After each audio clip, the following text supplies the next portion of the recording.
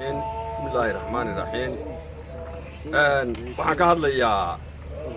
waxaanu ka hadlaynaa haddaanu nahay beesha Isxaaq amba beesha Saba Wanaag iyo Cadaadle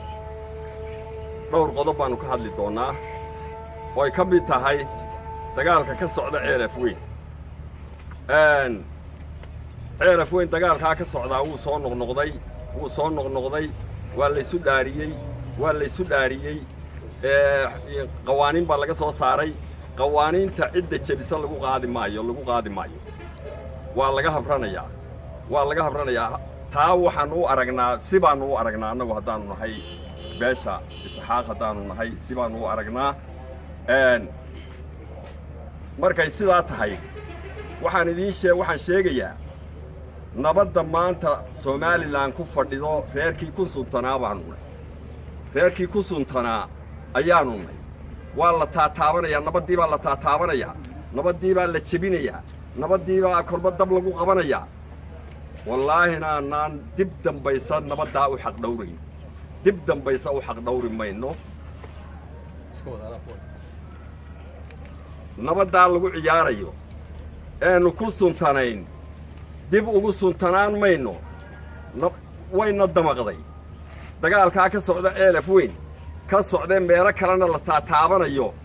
wowna damqay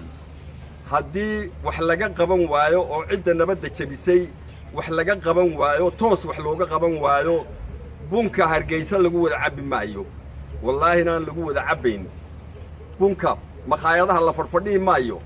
fooqyada marmarka la marin maayo fooqyada dhaadheer wallaahi inaanay dhisnaanayn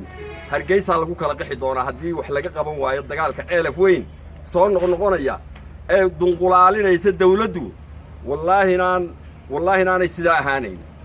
wallii baan maray inaanay sidaa ahaanayn taas waa ta kale shirka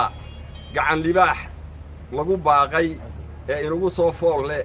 waanu taageeraynaa haddaanu nahay beesha Isxaaq intaa waxa ii raacay reerka iyagaa ku suntanaa nabadda cashuur baa nalaga qaadaa cashuurtaana wax nalooguma qabto waxaanu u sheegaynaa beesha Isxaaq waxaanu u sheegaynaa ha ka fiirsadeen cashuurtay bixinayaan ha ka fiirsadaan waxa laala wax naloogu qabtaa ma jirto iskuuladayadii baa jiingadii ka daateen waxa laala wax naloo qabtaa ma jirto reerkii nabadda ku suntanaa baanu nay bal maxaa cashuurta aanu bixinayno waanu ka fiirsanaynaa haddaanu nahay beesha Isxaaq taasuna taa weeye waxa ii raacay Ceelaf Weyn